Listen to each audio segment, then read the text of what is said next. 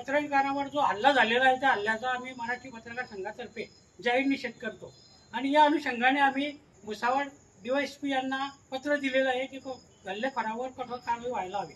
हा पत्रकारांवर हल्ला नसून अभिव्यक्ती स्वातंत्र्यावर आहे। असे हल्ले वारंवार महाराष्ट्रात अनेक वेळा पत्रकारांवर झालेले आहे, परंतु कायदा तयार होऊन सुद्धा त्याची अंमलबजावणी होत नाही। तरी शासनाने त्या हल्लेखोरांवर त्वरित कारवाई करावी आणि महाराष्ट्रातील पत्रकारांना पत्रकार संरक्षण कायद्याअंतर्गत संरक्षण द्यावे।